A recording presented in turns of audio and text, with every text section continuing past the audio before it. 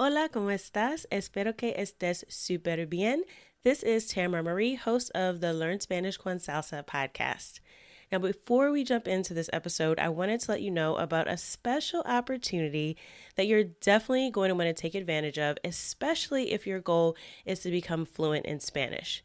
For a limited time only, my team is opening the doors to listeners of the podcast to take advantage of a free language coaching session. Now, in this session, it's not just we're teaching you about verbs or grammar, but we're really going to do a deep dive into what are your goals for learning Spanish, assess where you are on your journey to fluency at the moment, and help you map out a 90-day plan for how you can get to fluency. So we are going to help you take your Spanish to the next level, whether you're afraid of speaking Spanish or you just get a little bit nervous when you're talking to native speakers, or maybe you've got some of the basics down, but you really know that you struggle with getting your Spanish to flow and your listening skills aren't up to par. Whatever it is, even if it is a specific grammar issue, we will help you map out how to tackle that. And normally these sessions do cost, so we are offering a few slots for free. There are limited spaces available and they'll only be open up through the end of the month. So make sure you sign up. Go to SpanishConsalsa.com/coach. That's SpanishConsalsa.com/coach to book your free language coaching session where we will help you map out a 90-day plan to get to Spanish fluency. Okay, let's get started with the episode.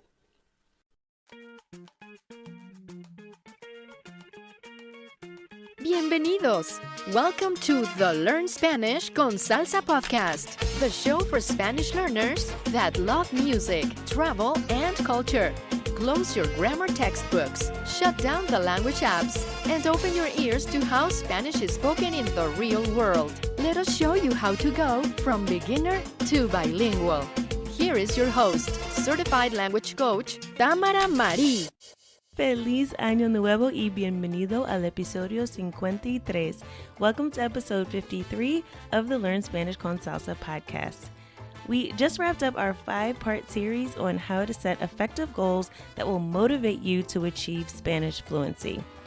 I definitely encourage you to go back and listen to our goal setting series if you haven't already, starting with episode 48, Cómo establecer metas efectivas de aprendizaje de español, how to set effective Spanish learning goals. So this series, as you may know by now, is bilingual, so each episode is in both Spanish and English, but it really gives you some tools, some tricks and tips on how you can set effective goals in 2020 so you can make this year the year that you finally become fluent in Spanish. Now, since I started the goal setting series, I've received several messages from listeners that feel just a little stuck with their Spanish and need help with their next steps. So in this episode, I'll be doing a Q&A format and answering some of their questions in hopes that it might also help you as well. Now, before we get started, I just want to let you know that we will be kicking off the year 2020 with a Spanish language challenge. If you're a member of our Facebook group, you may have already seen the announcement about the challenge, but if you're not and you want to join us for our 2020 Spanish language challenge, click the link in the show description or just go to learnspanishconsalsa.com/challenge. That's learnspanishconsalsa.com/challenge. And you'll be able to participate in our free 5-day Speak Spanish Now challenge.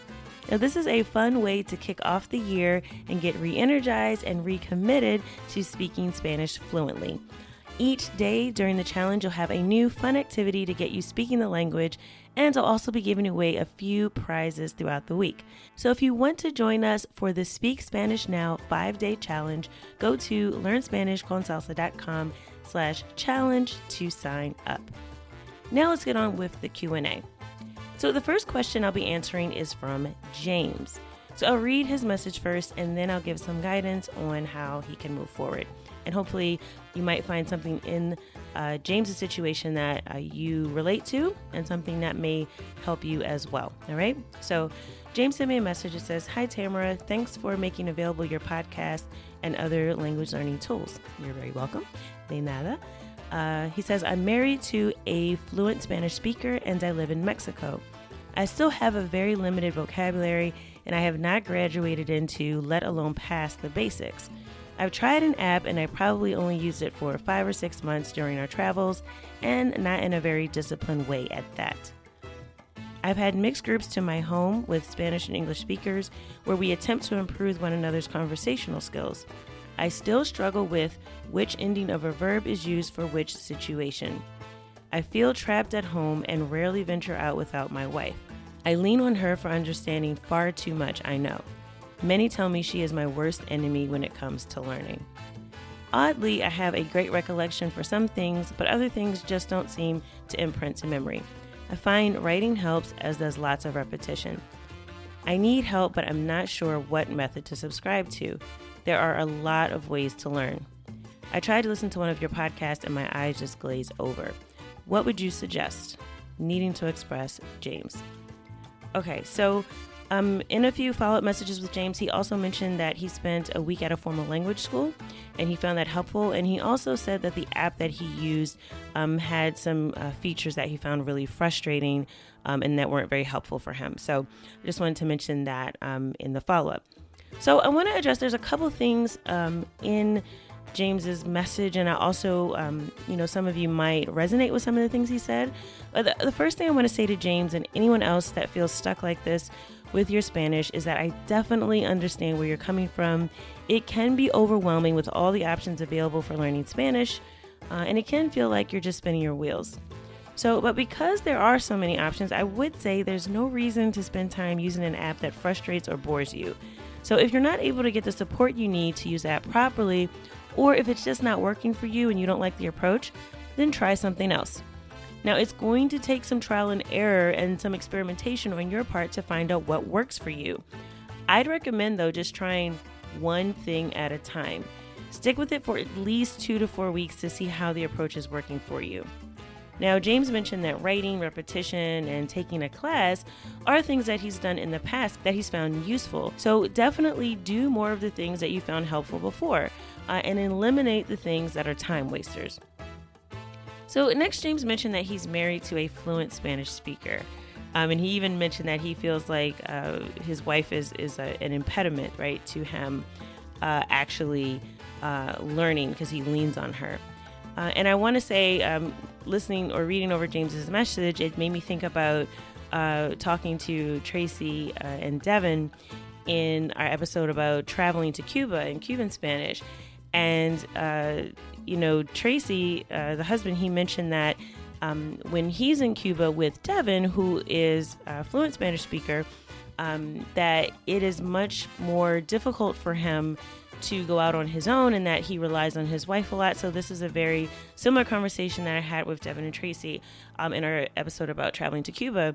And one of the things that Tracy said that I think that would also help James is that he said that he had to force himself to go out without his wife. So when they were in Cuba, he would actually go out and venture out on his own. And he would have to do things like, oh, it's time to go to the grocery store. So I have to now figure out how to, navigate this on my own without my wife there to sort of help or save me. So that's one thing I would definitely recommend that, James, that you try to do as well. You're living in Mexico, so I definitely recommend, go out on your own. Make it a point to have that time that you go out on a regular basis on your own. So that you are not relying on your partner to navigate those situations and sort of be that savior, right, or that life vest for you. It's really important because when you know a fluent Spanish speaker or you're married to one, especially or in a relationship, it's funny because people think that that's just your ticket to fluency. It's like, oh, just get a boyfriend or girlfriend, husband or wife, or, a good friend that speaks Spanish fluently, and you'll just sort of pick up the language. And I really don't know where that advice comes from. I know people used to tell me that all the time, and it definitely just is not true. One thing that across the board I have found to be the case is that no matter what the dynamics are in your relationship, right? Like some couples may find it more difficult than others to sort of be in that space where one partner is trying to teach or assist the other with something like learning a language, which is, again, can be more difficult for some people than others. While there are different relationship dynamics at play that can make that more or less difficult for some couples, across the board, your partner is not going to be your teacher. So I have to say that again, your partner is not your language teacher. Even if they do that as a profession, or even if they are a teacher or feel like they're good at teaching, I haven't really met a couple that one person exclusively learned the language from their partner. Okay. That being said, I would definitely lean on your partner for some help and assistance when you have questions, and maybe even for some conversation practice. But the bottom line is that you're going to have to venture out on your own, and you're going to have to make a deliberate, conscious decision to do so. So definitely go out on your own to try to do some of the things day to day. Since you're already living in a Spanish-speaking country, you just have to make the decision and make the time. And I would say schedule it on the calendar. Find an activity that you can do without your wife. Now, some of the things that you could try besides just sort of normal day-to-day things like going to the store and just taking care of business on your own is you can look for a meetup, right? So I know in a lot of countries, they may have meetups where there's expats or just meetups for language learners in general that want to practice language. And you can look to see if, check the meetup.com site or even check Facebook to find some Facebook groups where you can find people who are Spanish learners that are living in your area that you can go to these meetups and sort of have more casual conversations. And I think that you'll find that a lot more helpful. James mentioned sort of trying to also host events where you would have like Spanish and English speakers trying to help each other. And I think that's great. I think having those types of informal situations is great. But I think that what tends to happen is that it's really hard to get in the time that you need, one, when you're trying to organize something, and two, when you're trying to provide time for people to speak both Spanish and English. That's not the most efficient way to get in some great conversation practice to improve your fluency and proficiency in Spanish. So what I would say is look for a group that, again, is a meetup specifically designed for that. Look for other conversation partners that you can practice with outside of your partner and your friends. So a good way to do that, I've mentioned before on this podcast, there's a site called italki. It's italki.com, where you can actually find both conversation partners and tutors that speak Spanish that can help you sort of clean up some of the mistakes and just get comfortable with speaking the language. Some people find it more difficult to talk to strangers. Some people find it easier because they're not afraid of making a mistake in front of a stranger. And especially if it's someone like a tutor who you can find pretty inexpensive online, or even, for James, you're in Mexico, you can, I'm sure, find a tutor that lives locally that you can meet up with in person at maybe a coffee shop or a cafe once a week, twice a week, whatever works for your schedule. But find someone that you can talk to on a regular basis that can help you feel comfortable with the language and correct your mistakes. Your partner's not the best person, in my experience and what I've seen, not the best person to serve in that role for you. Okay, so branch out on your own without your wife. And you've admitted that you said that you feel like she's a crutch, so you're the one that's going to have to make that decision to move forward on your own. And that goes for anyone who has a partner who is a native Spanish speaker. I know that person probably wants you to speak Spanish, so they will probably support you if you let them know, I'm making this a priority. I'm going to need to spend 30 minutes twice a week without you and go out and actually work on improving my Spanish proficiency. I'm sure that your partner would love that, because I'm sure they support you in your efforts to improve your Spanish. So definitely make that decision to branch out on your own. The last thing I would say is, James has mentioned this, and I've heard other people get really hung up with grammar, right? He says, I'm worrying about, which verb conjugations work in which situations. And I really want to say, just like I mentioned in the last episode where I talked about grammar mastery and how to set easy grammar goals, do not get caught up in those large charts of AR verbs and ER verbs and how to conjugate each verb in 100 different ways. Like, it's not necessary. Instead, focus on practicing speaking Spanish in different contexts. So that way the grammar will naturally come up in a situation where you need it. So for example, you might want to set a goal to be able to just have, small talk, right? So you want to be able to talk about things like, how was your day? What your plans are for the weekend? What you are going to do for vacation, right? That will dictate that you'll need to learn, one, the past tense, right, to talk about things that you did over the weekend. You'll have to learn the future tense to talk about your future plans.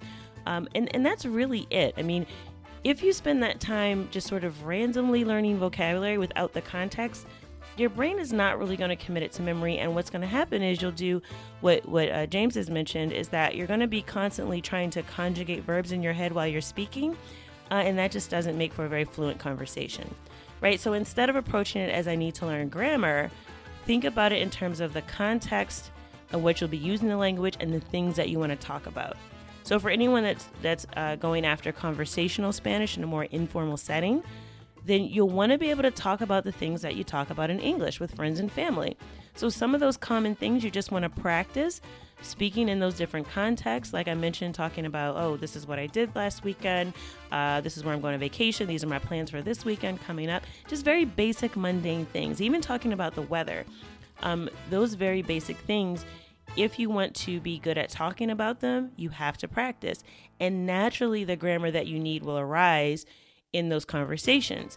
And if you're working one-on-one with a tutor or a conversation partner, that person can help you sort of iron out some of your mistakes and help you sound more natural speaking Spanish. Okay, so I definitely recommend that you just don't think about verb conjugations in that way and think about, what do I want to be able to communicate and what grammar do I need to help me? It's a tool to help you express yourself, right? It's not the end all and be all. So approach it from a more practical standpoint. Stop thinking about conjugating verbs while you're speaking and just get more comfortable with speaking about different topics in different contexts. And you'll find that it's a lot easier to attack grammar because you're not going to be thinking about it in such a robotic way, right? So it's going to be a lot more natural if you approach it that way. So as a brief review for James and anyone else out there who has a similar feeling to him right now with your Spanish, is one, trial and error. Try something out for at least 2 to 4 weeks. See what works for you. If it doesn't work for you, then move on to another solution, right? The next thing is, anyone out there like James who was married to or is in a relationship with a fluent Spanish speaker, that person is not going to be your teacher. So go out on your own, find other conversation partners, connect with a tutor, someone that you can speak to on a regular basis, and let your partner know that this is one of your goals and that you are really trying to improve your Spanish, and hopefully they will support you in that effort. Go out on your own and try to do some things especially if you're living in a Spanish-speaking country. Don't be one of those expats that always speaks English, right? Try to actually go out and challenge yourself. Go to the grocery store, go to the movies, go, try to pay the utility bill, whatever it is that you have to do in day-to-day life. If you're living in or even visiting a Spanish-speaking country, take those opportunities while you're there to go and venture out on your own and make those mistakes. That's the only way that you will really improve your Spanish. And lastly, don't worry about the grammar too much. Focus on speaking about different topics in different contexts, and the grammar will come to you naturally. That's going to wrap it up for our Q&A episode. So we were able to address 3 different questions there in the message from James, and I hope that you all found that helpful. I will be doing a few more Q&A episodes like this because I have some more questions that I want to get to.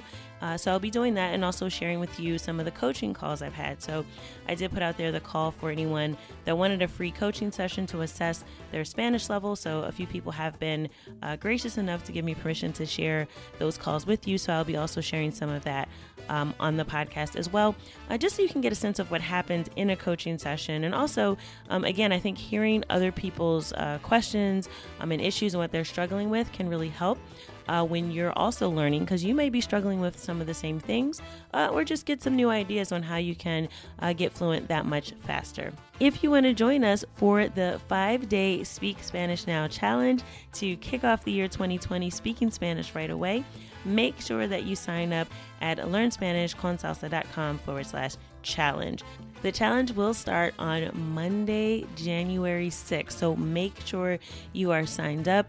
Again, learnspanishconsalsa.com/challenge if you want to participate. We will be kicking off on Monday. If you're listening to this after Monday, January 6th, but it's before Friday the 10th, you can still sign up and participate in the 5-day challenge, but it will be over on Friday, January 10th. So if you're listening to this after that, no worries. There will be opportunities in the future for you to participate in some more challenges and more fun activities. Just make sure you sign up for our Facebook group. There's a link in the show description, or you can just search for Learn Spanish con Salsa podcast community in Facebook, and you will be able to join our group so that you can ask questions, meet other Spanish learners, and also be aware of all of our future challenges and activities that we have coming up in the community. All right, so that is it for me. As always, I hope that something that you heard in today's episode has taken you one step closer from beginner to bilingual. Hasta la próxima.